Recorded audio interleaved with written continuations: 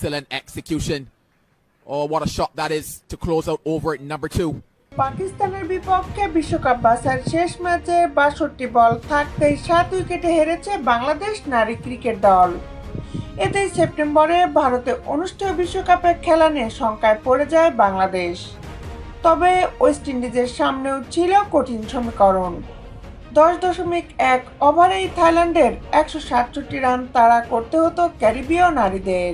বিস্তারিত নিয়ে আপনাদের সাথে আছি আমি শামীমা সুলতানা। ওয়েস্ট ইন্ডিজ সেটা পারেনি। ১০.১ ওভার শেষে ৩ উইকেট হারিয়ে জয় হতে ১০ রান পিছিয়ে ছিল তারা। এতে বিশ্বকাপে খেলা নিশ্চিত হয়ে গেছে বাংলাদেশ নারী ক্রিকেট দলের।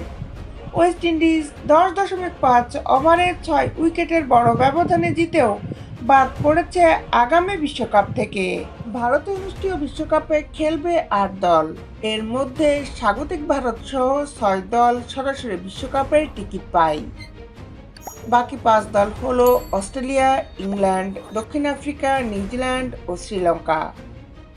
বিশ্বকাপ বাছাই পর্বে ৫ ম্যাচে জিতেই বিশ্বকাপের টিকিট পায় বাছাই পর্বের স্বাগতিক পাকিস্তান।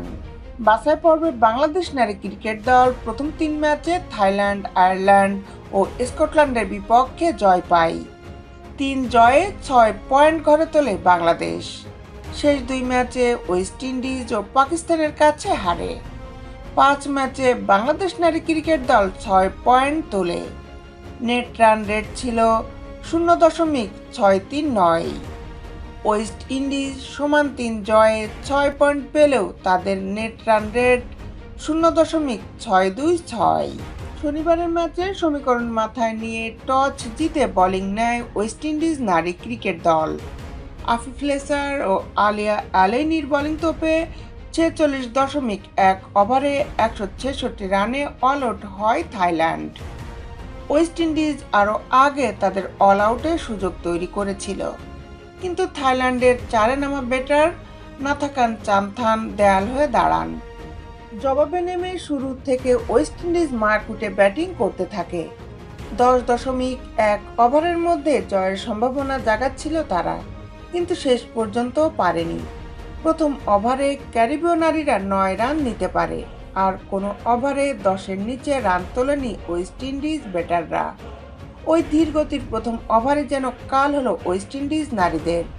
দলটির হয়ে অধিনায়ক হ্যালি ম্যাথিউস ২৯ বলে ৭০ রানের দুর্দান্ত ইনিংস খেলেন।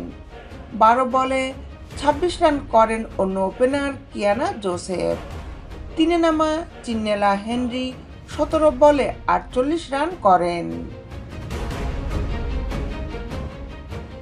দেশ বিদেশের খেলার আপডেট নিউজ পেতে আমাদের সাথেই থাকুন। Justice sports, Dhaka.